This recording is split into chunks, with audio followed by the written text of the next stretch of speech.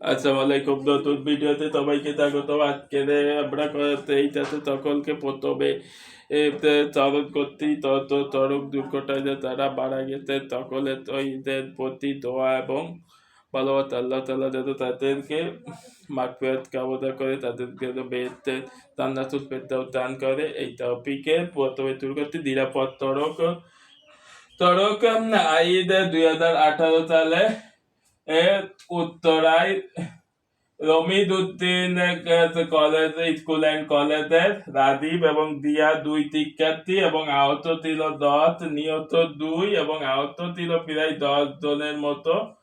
ও তৎকালীন 2018 সালে এই সড়ক আন্দোলন হয় ঢাকা পাশাপাশি তারা বাংলাদেশে তারা শহর গুলোতে এই আন্দোলনে শিক্ষার্থীদের মধ্যে ফেটে পড়ে এবং উত্তাপ হয়।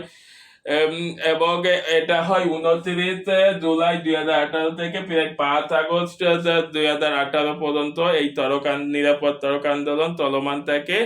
6 আগস্ট তৃতীয় মন্ত্রিসভায় তৎকালীন প্রধানমন্ত্রী শেখ হাসিনা এটা অনুমোদন দেয় এবং এখানে বলা হয়ে থাকে যে অনুযায়ী তিনজন চালক, একজন হেল্পার ও একজন বাস মালিকদের, যেমন জাবেলের নূর বাস মালিককে রেল এবং নিরাপদ সড়ক আইন করা হয়। সেখানে বলা হয় থাকে ইচ্ছাকৃত ভাবে বা চালকে অসাবধানতার কারণে যদি কোনো চালক হয়, কেউ যদি হত্যা করে থাকে তাকে মৃত্যুদণ্ড এবং আন্দোলনকারীদেরও 9 দফার একটা দফা ছিল মৃত্যুদণ্ড দেয়া এবং ওই সময় নৌমন্ত্রী আত্মকার বক্তব্যের কারণে পদত্যাগ এবং ওই সময় এই যে আন্দোলন চলাকালীন সময় যে 29 জুলাই থেকে 5 আগস্ট পর্যন্ত এর ভিতরে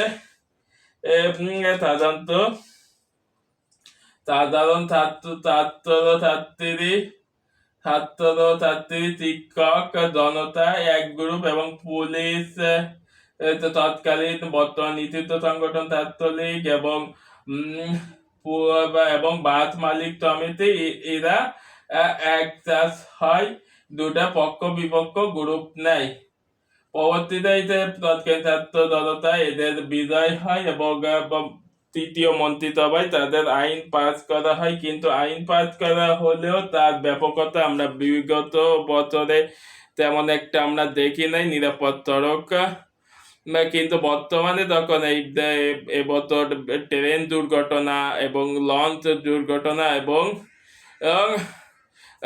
23 আছে ট্রেন, লঞ্চ এবং বাস দুর্ঘটনার মধ্য দিয়ে আবার আমাদের নতুন করে সড়ক আইন এবং সড়ক আইন 2018 এবং সড়ক নিরাপদ সড়ক, তাই এই বিষয়টা আবার জোরালো ভাবে পেটে উঠেছে। সবাইকে এই প্রদত্ত ধন্যবাদ।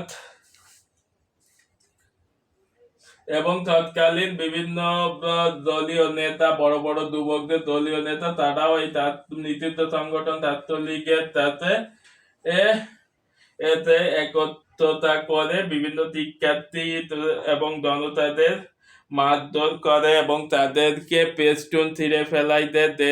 পেস্টুনে লেখা ছিল যদি তুমি ভয় পাও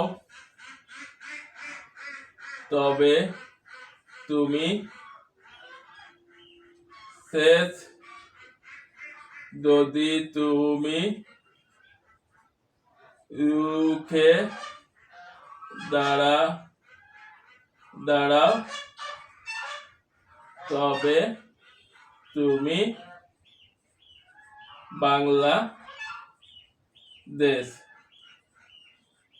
তৎকালীন সরকার দলীয় বিভিন্ন যুবকরা এবং ছাত্ররা মিলে এবং পরিবহন শ্রমিকদের হরতালের কারণে বিভিন্ন সময় সড়ক নিরাপদ সড়ক আইন অনেকটা প্রেক্ষাত হলে তৃতীয় মন্ত্রিসভায় এর অনুমোদন পায়, কিন্তু সেটা কতটা কার্যকর সেটা তো আমরা বর্তমানে 2026 সালে এতে তার প্রেক্ষাপট দেখতে পাই। আবারও দেখুন স্লোগানটা এই ছিল নিরাপদ সড়ক 2018। এই পর্যন্ত সবাইকে ধন্যবাদ। রাজীব এবং দিয়া এবং যত সড়ক দুর্ঘটনায় মারা গেছে সাম্প্রতিক জানেন মোংলাতে বাংলাদেশ নৌবাহিনী এবং এবং বরযাত্রী ভাই বাসেতে ঘটনা আপনারা জানেন, পুরো 14 জন জায়গায় মারা গেছে ইন্দাকার। এই সমস্ত প্রাণের দামের কারণে নিরাপদ সড়ক আইন অধিকতা গুরুত্ব হয়ে উঠেছে, যেখানে এমনি অষ্টম শ্রেণী পাসের কম কেউ ড্রাইভিং লাইসেন্স পাবে না, টাকা দিয়ে কেউ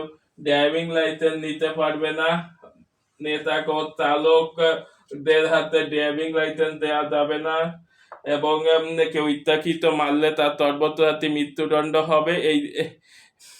এইভাবে নিরাপদ সড়ক এবং আইন 2018 খুবই থেকে বাস্তবায়নের জোর দাবি জানাই। এই